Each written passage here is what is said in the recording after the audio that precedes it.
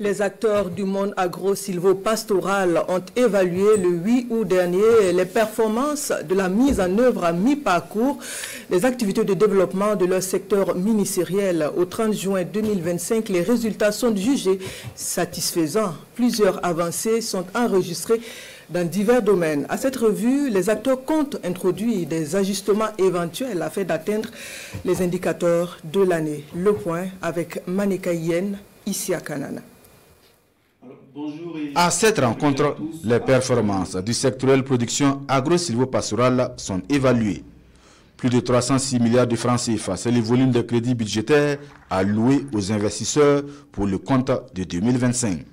À la date du 30 juin, les indicateurs sont au vert, soit 42% de taux d'exécution des activités. À la date d'aujourd'hui, nous disons que l'essentiel est fait. Nous avons au total 42% de nos activités qui sont entièrement mises en œuvre et aussi 16% qui sont en cours.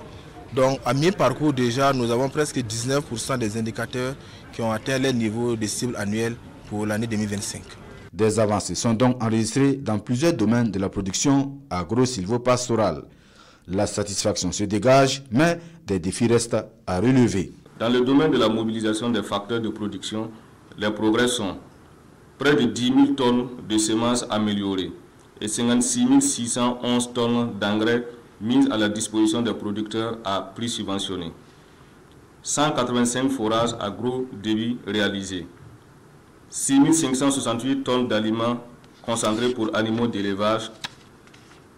455 tonnes de semences fourragères et 993 cases flottantes mises à la disposition des acteurs.